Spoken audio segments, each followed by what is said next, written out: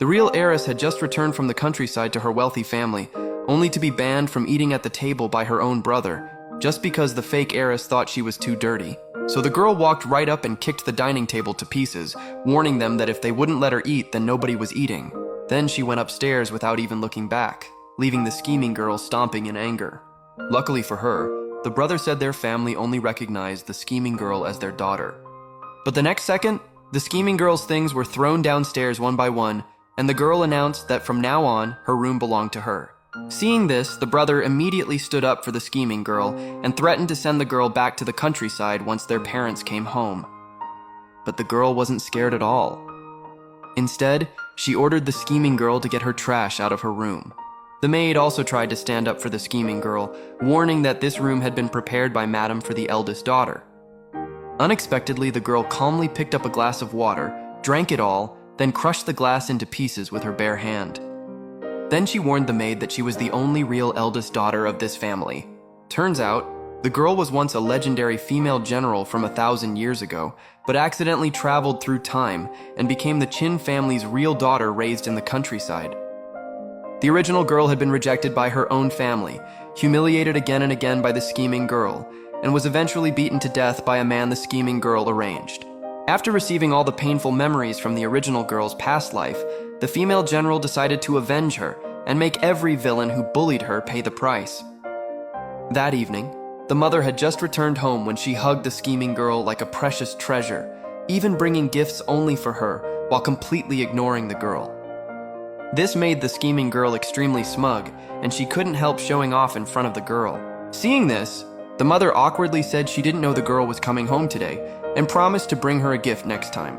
But the girl had already seen through her fake concern, so she walked right up and snatched the gift from the scheming girl's hands. Then she told her mother there was no need to wait until next time.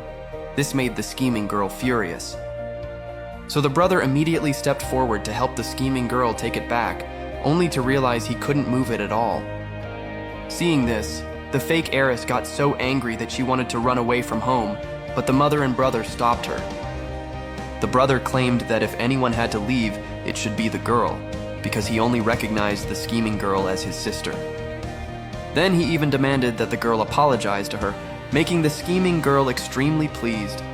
She was waiting for the girl to lower her head and apologize, but instead, the girl ripped off her earrings. The girl warned her that if she wanted to leave, she had to leave behind everything that belonged to the Qin family, including the clothes on her body. This finally made the scheming girl drop the act, and she shamelessly ran back to the mother for comfort. Just then, the maid arranged by the scheming girl showed up, holding her broken belongings and coming over to complain. She claimed the girl had broken the family dining table as soon as she came home and had deliberately damaged the scheming girl's things. The scheming girl gloated at the sight, but the girl suddenly started acting pitiful. She said with grievance that she had never seen anything so pretty before, so she couldn't help picking it up to look, but her brother and the scheming girl were too scary. That was why she got frightened and accidentally dropped the crown. As for the dining table, the girl said she had been malnourished and sickly since childhood, so there was no way she could kick it over.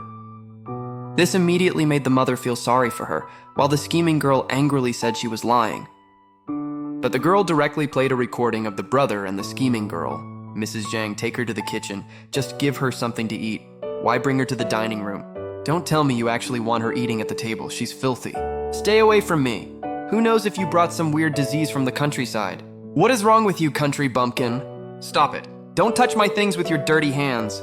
The mother stared at the scheming girl in disbelief, never expecting the person she had raised herself to be so poorly mannered. But the scheming girl turned the tables, claiming the girl had forced her to say those things, then told the maid to pull up the security footage. She wanted to expose the girl's lie.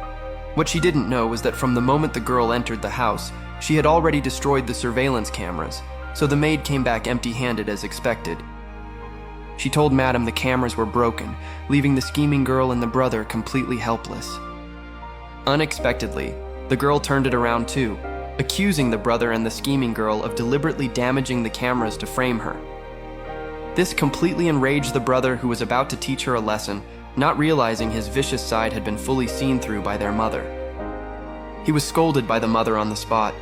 Then she warned the scheming girl to behave like a proper young lady before leaving in disappointment. You want to play family drama games with me? Don't waste your energy. I'm your ancestor. The girl warned the scheming girl to keep her head down from now on, or she would beat her every time she saw her. The next day, the father said he would hold a family recognition banquet for the girl, and even planned to return the scheming girl's arranged marriage partner to the rightful owner.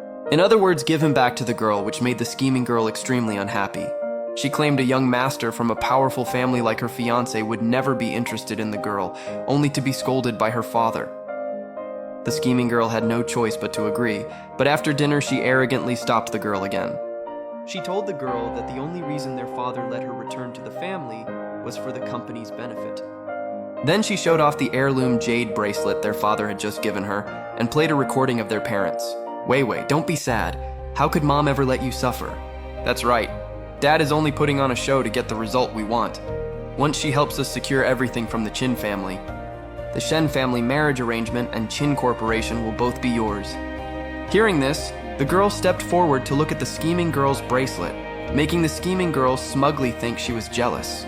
But the next second, the girl crushed the bracelet with her bare hand. Then she told her that only someone like the scheming girl would treat such cheap jade-like treasure before walking away. This made the scheming girl furious, and she swore she would ruin the girl's reputation at tonight's banquet. That evening, the scheming girl brought her fiancé over to provoke her, but the moment he insulted her, the girl twisted his arm behind his back and splashed wine in his face. This made the fiancé furious, and he immediately declared that his fiancée could only be the scheming girl. But the girl didn't care at all. Instead, she praised him as trash, saying only the scheming girl deserved him. The fiancé was so angry that he turned and left, while the scheming girl was secretly pleased.